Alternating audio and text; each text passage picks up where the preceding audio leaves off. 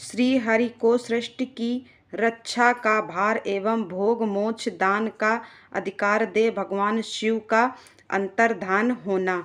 परमेश्वर शिव बोले, उत्तम व्रत का पालन करने वाले हरे विष्णु, अब तुम मेरी दूसरी आज्ञा सुनो। उसका पालन करने से तुम सदा समस्त लोकों में माननीय और पूजनीय बने रहोगे।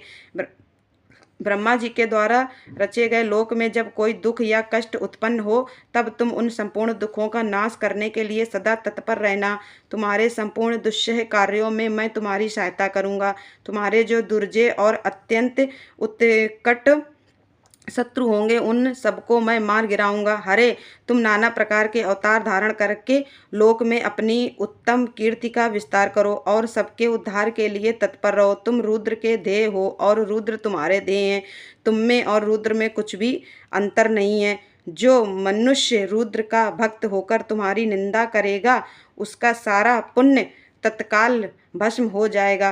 पुरुषोत्तम विष्णु, तुमसे द्वेष करने के कारण मेरी आज्ञा से उसको नरक में गिरना पड़ेगा।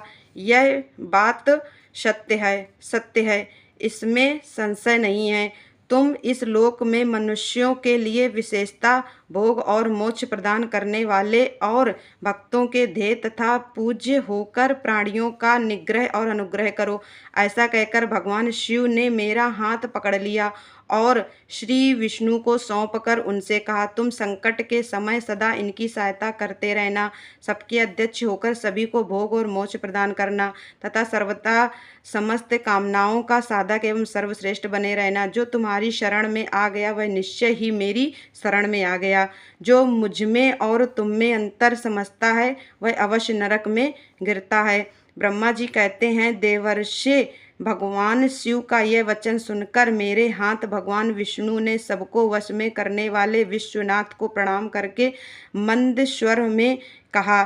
श्री विष्णु बोले, करुणा सिंधु जगन्नाथ शंकर, मेरी यह बात सुनिए। मैं आपकी आज्ञा के अधीन रहकर ये सब कुछ करूँगा।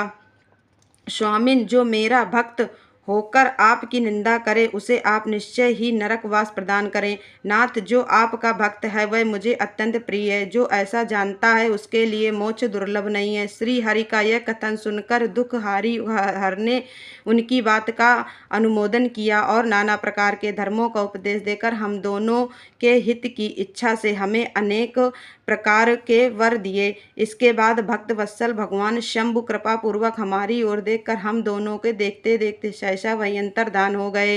तभी से इस लोक में लिंग पूजा का विधान चालू हुआ। लिंग में प्रतिष्ठित भगवान शिव भोग और मोक्ष देने वाले हैं। शिवलिंग की जो वेदी या अर्घा है वह महादेवी का स्वरूप है और लिंग साक्षात महेश्वर का लय का अधिष्ठान होने के कारण भगवान शिव को लिंग कहा गया है, क्योंकि उन्हीं में निखिल जगत का लय होता है। महामुने, जो शिवलिंग के समीप कोई कार्य करता है उसके पुण्य फल का वर्णन करने की शक्ति मुझ में नहीं है।